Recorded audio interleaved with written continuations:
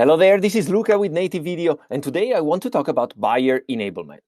Yes, last week I was talking to a customer of ours, and they told us how our solution, our video messaging solution, is helping their organization, their sales and marketing organization, shift towards buyer enablement.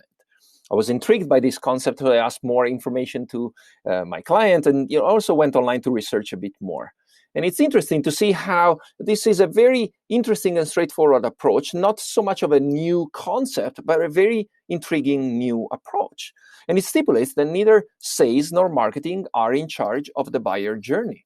It starts with a fact, very interesting insight from a CSO organization that in their research, they found that the salesperson is only the 9th point of contact on a buyer journey. So with that premise, it's easy to see how the sales organization culture and approach needs to shift towards being the enabler of the buyer's journey, rather than, as we've been teaching generations of sales reps, taking charge, taking control of the sales process.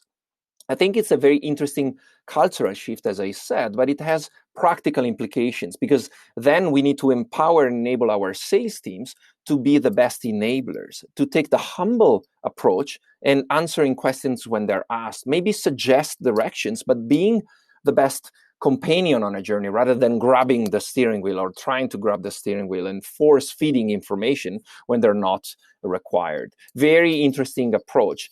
And rather than thinking about your next step as a sales rep, thinking about what's the buyer's next step and how can I empower that next step.